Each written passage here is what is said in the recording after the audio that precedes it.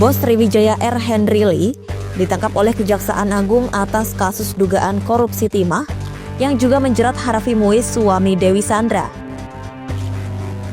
Henry diamankan di Bandara Soekarno-Hatta Tangerang, Senin 18 November 2024 malam, usai kembali dari Singapura. Henry merupakan tersangka ke-22 kasus dugaan korupsi dan tindak pidana pencucian uang, pengolahan timah PT Timah Tbk sejak April 2024. Berikut profil lengkap Henry Lee serta perannya dalam kasus korupsi timah.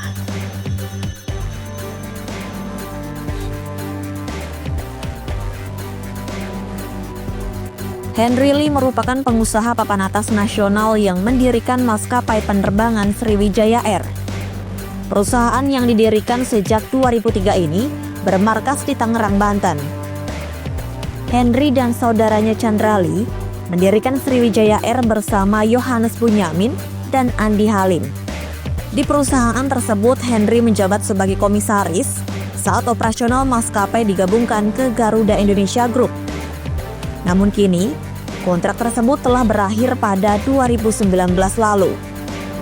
Henry diketahui juga memiliki perusahaan peleburan dan pemurnian timah, PT Tinindo Internusa, yang berlokasi di Pulau Bangka. Henry dan Chandra sempat dinyatakan sebagai orang terkaya ke-105 di Indonesia menurut majalah Globe Asia edisi Juni 2016. Henry tercatat memiliki harta sebanyak 325 miliar dolar Amerika Serikat atau setara 5,146 triliun rupiah. Kekayaan naik dari yang sebelumnya pada 2015 sebanyak 300 miliar dolar Amerika Serikat. Henry pun diketahui memiliki sejumlah aset berupa tanah, bangunan, serta villa di Bali.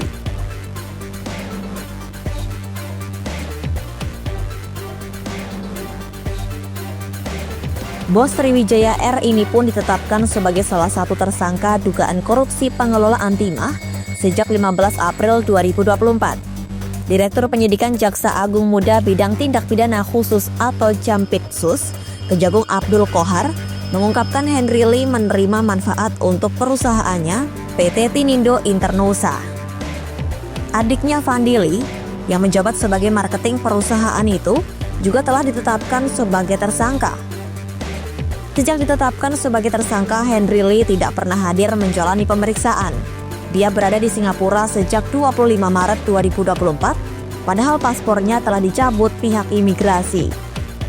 Henry Lee dijerat dengan pasal 2 ayat 1 dan pasal 3 junto pasal 18 UU nomor 31 tahun 1999 yang diubah dengan UU nomor 20 tahun 2001 serta junto pasal 55 ayat 1 ke 1 KUHP.